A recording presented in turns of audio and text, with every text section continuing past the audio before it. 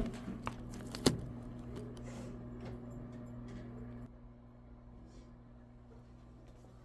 good morning.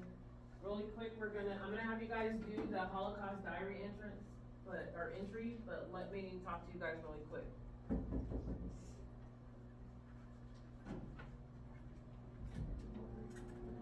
can grab up the book, please, and log into the Holocaust diary entry. You need the code. Come up real quick.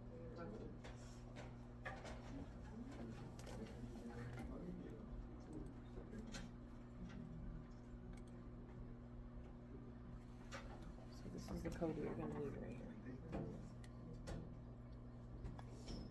What do you know about the Holocaust? What were you working on at your other school? I was going to school. You weren't going to school? So what is the last thing you remember about history in one of your courses? You don't know? Okay. Alright, so what I'm gonna need you to do is take off your headphones and turn off your music and pretty much listen. That's the moment you get no headphones. At least while I'm talking to you. Alright, so we're gonna do a quick review. Good morning for those who just, and then Abraham, if you can log into the Holocaust diary entry. And we're gonna talk a little bit about my best friend and Frank. For those who were absent yesterday, we did finish the movie. We did go over the worksheet. If you have any questions, you can see me at my desk after you get started or by the end of the period, because that does need to be turned in today. Just remember for your test or for your assessment on World War II, to go back to the causes of World War I, which is listed on the board. The main causes are militarism, alliances, imperialism, nationalism, the Treaty of Versailles. The spark that started World War I was the assassination of Franz Trinidad, and because of the Treaty of Versailles, there was resentment. And prior to the Treaty of Versailles was go back to imperialism and the struggle for Africa. And what two countries had an issue at that point? Someone tell me. What were the two countries that had an issue at the Scramble Africa for imperialism? Who were left out? Who felt some sort of way? Japan and Germany, or Japan and Italy? That's right, Japan and Italy. And so you see it rearing its ugly head again in World War II. So who were the three main countries? That Germany, Italy, and Japan are all aggressive now because of how they were treated prior in history. Just think about these countries being treated. What about the people that imperialism uprooted? What about India? What about Africa? But instead, all these countries are left out. And let's think about Czechoslovakia and the Munich conference. Or appeasement, they're trying to appease Hitler by carving up Czechoslovakia without giving Czechoslovakia, just like they didn't give Africa or India any kind of rights to their country. So just think about these things and make connections to what's going on today, gentlemen. Let's look at Ukraine. Look at what's going on there. What about Palestine and Israel? So make all these connections to today and what's going on from what happened yesterday. So it's very important that you guys really, really pay attention to what I put on the board for your review notes, because these are the questions that are gonna be on your test. So remember I told you yesterday, take a picture. And on the PowerPoint, when we talked about the final solution, what does that mean, the final solution? Someone tell me what the final solution is.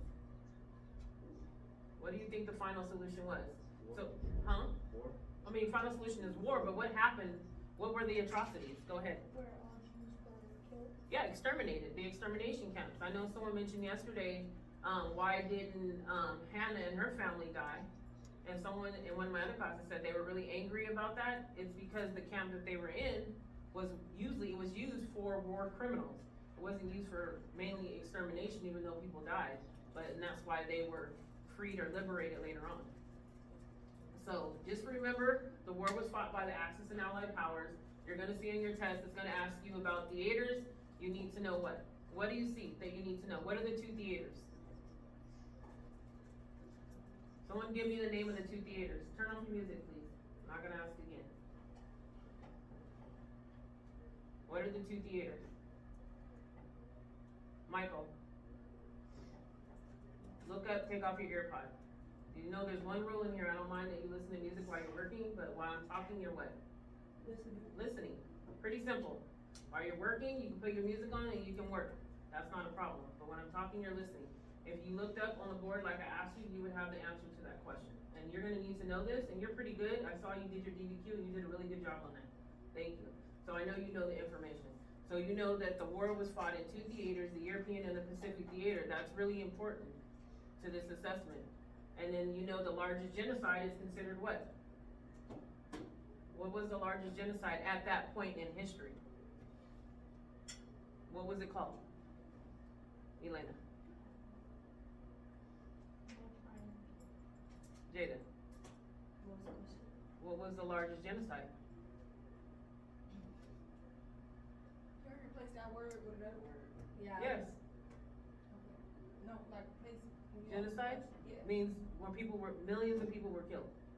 I like how you asked that question. The invasion of No, the Holocaust. Oh. You just answered the question earlier, and that's why I'm picking on you three. Because those are the questions that they may ask on the test, and they're really tricky, so pay attention to those critical responses, because you had already answered the question prior. It might ask you the same question all over again, and so be careful of that, because you're gonna see that throughout the rest of your career, especially in college, you're gonna see those tricky questions. That was good, huh?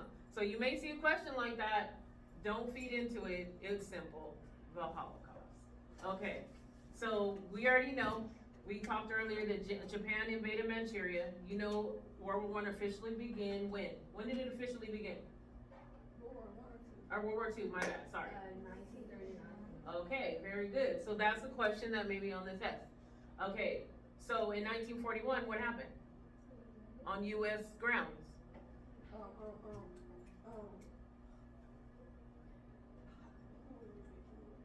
The Pearl Harbor? Very good, Pearl Harbor, 1941. Just those simple questions, you guys, you need to pay attention to. You may not see the Nuremberg laws, but you are gonna see the Night of the Broken Glass, and what is it called?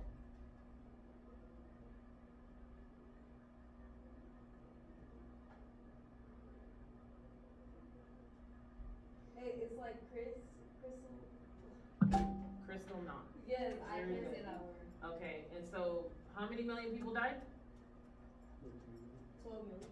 Very good. Well, 6 million, altogether 12 million. So double the numbers. Okay, so you're gonna need to know, I'm gonna be honest, you are gonna need to know the 12 causes of World War II. So, the 10 causes of World War II.